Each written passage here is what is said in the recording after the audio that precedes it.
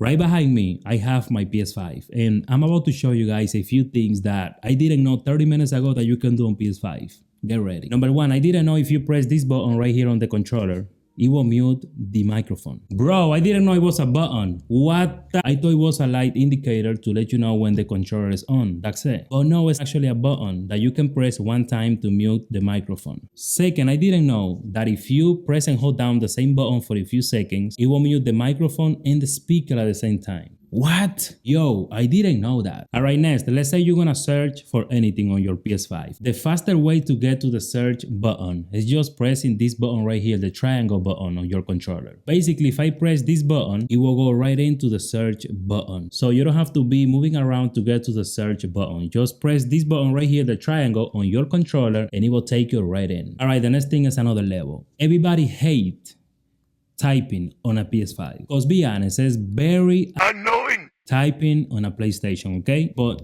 take a look at this.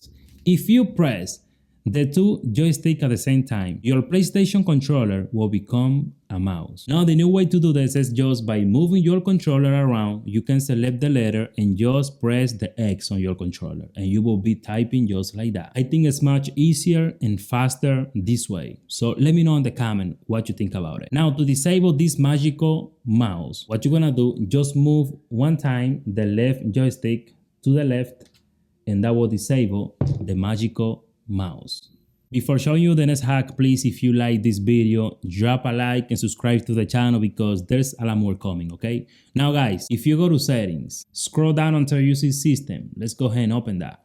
Then let's go to HDMI. Right on this menu, make sure enable HDMI device link. And now check this out. From now on, you just have to press the PlayStation logo on your controller and that will turn on your PlayStation and your TV at the same time. Let me do it, you can see. Let's press the PS5 button on the controller.